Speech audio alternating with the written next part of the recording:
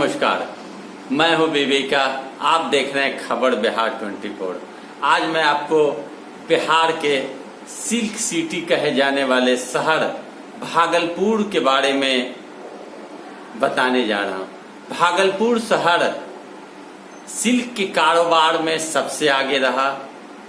Silk कारोबार के अलावे भागलपुर कृषि प्रधान जगह माना जाता है और वहाँ के लोग खेती पर ज्यादा निर्भर हैं।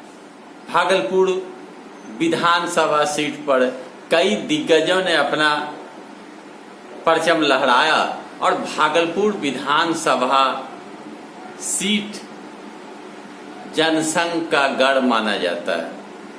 उस सीट से 5 बार अश्वनी चौबे जीतकर अपने आप को बिहार के सामने लाने का कोशिश किया और अभी वर्तमान में वो बक्सर के सांसद हैं और वो केंद्रीय स्वास्थ्य मंत्री हैं। वर्तमान में अजीत शर्मा कांग्रेस के दोबारे विधायक चुने गए।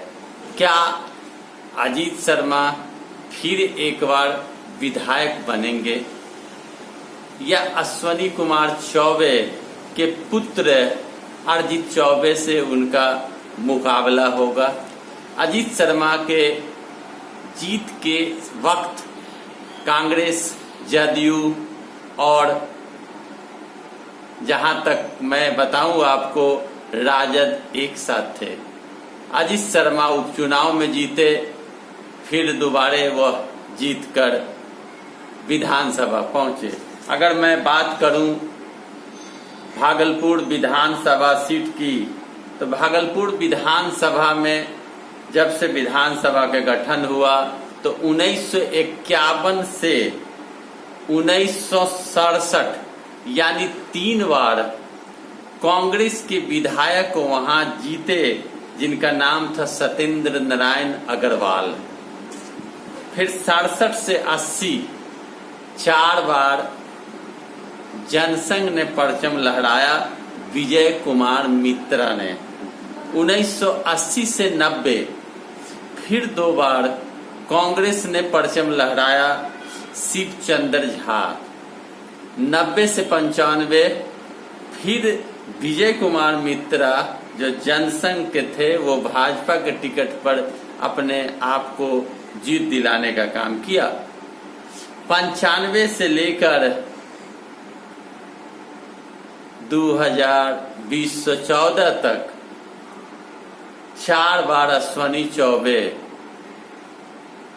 जीतते रहे भारतीय जनता पार्टी के बैनर तले। 14 के उपचुनाव में और फिर 15 के चुनाव में 2 बार अजीत शर्मा ने जीत हासिल किया। तो जनसंघ, भाजपा और कांग्रेस के बीच में ही भागलपुर सीट घूमती रही। दिग्गज नेताओं का गढ़ माना जाता है भागलपुर को। भागलपुर में कुल आबादी की अगर बात करी जाए तो 3,30,540 कुल आबादी, जिसमें महिला की संख्या 1,54,896 और पुरुष की संख्या 1,75,626। ये मैं मतदाता की संख्या आपको बताया। अब मैं आपको बताऊं कि भागलपुर के जातीय समीकरण जो कहे जाते हैं तथाकथित चुनाव में भी देखी जाती है, अगर उसकी बात मैं करूं तो आपको मैं बताऊं कि भागलपुर में प्रसिद्ध टीएनबी कॉलेज है, law college, TNB degree college, लोग पढ़ने जाते हैं, छात्र जाते हैं। और अगर भागलपुर में आबादी की बात बताऊं तो मुस्लिम की आबादी 25%, यादव की आबादी 22%, वैश्य की आबादी 22% और स्वर्ण जाति में ब्राह्मण, लाला, राजपूत, भूमिहार,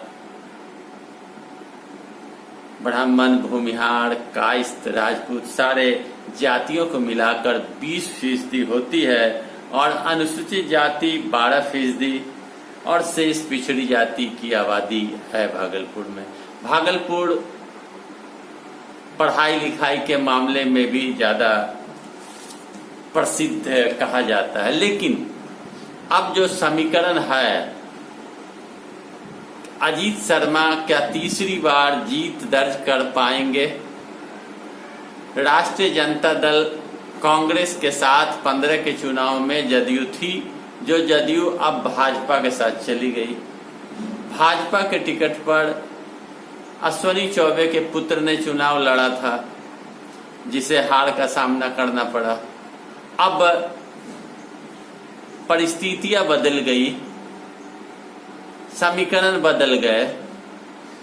कांग्रेस, राष्ट्रीय जनता दल, आरएलएसपी, वीआईपी एक साथ चुनाव लड़ेगी, भारतीय जनता पार्टी, जदयू एक साथ। तो अब देखना यह है कि क्या जनता दल यूनाइटेड के झोली में भागलपुर की सीट जाती है या भाजपा के खाते में यह सीट जाती है। अगर भाजपा के खाते में यह सीट चली जाती है तो यह माना जा सकता है कि अश्विनी चौबे के पुत्र को भाजपा के द्वारा टिकट मिल सकता है, शाश्वत चौबे को, या उपचुनाव में नभय चौधरी ने भाजपा के टिकट पर लड़ा था और हार का सामना करना पड़ा। तो दावा भारतीय जनता पार्टी का है, जो द्वितीय स्थान पर रहती है, और अजीत शर्मा जीतते हैं। तो अब जो परिस्थितियां हैं, इस परिस्थितियों को देख के क्या ऐसा लगता है कि भाजपा और जदयू में समझौता सीट को लेकर होगा? क्या भाजपा के खाते में जाएगी? अगर 51 से लेके अब तक की पृष्ठभूमि को देखा जाए तो जनसंघ का गढ़ माना जाता है भारतीय जनता पार्टी को। इस आधार पर भाजपा को यह सीट मिलनी चाहिए, ऐसा विशेषज्ञों का कहना है, और अजीत शर्मा कांग्रेस के उम्मीदवार होंगे।